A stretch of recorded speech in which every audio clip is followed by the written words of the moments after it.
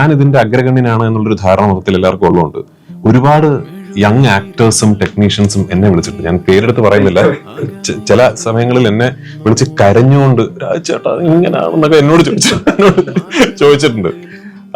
May be I M blessed.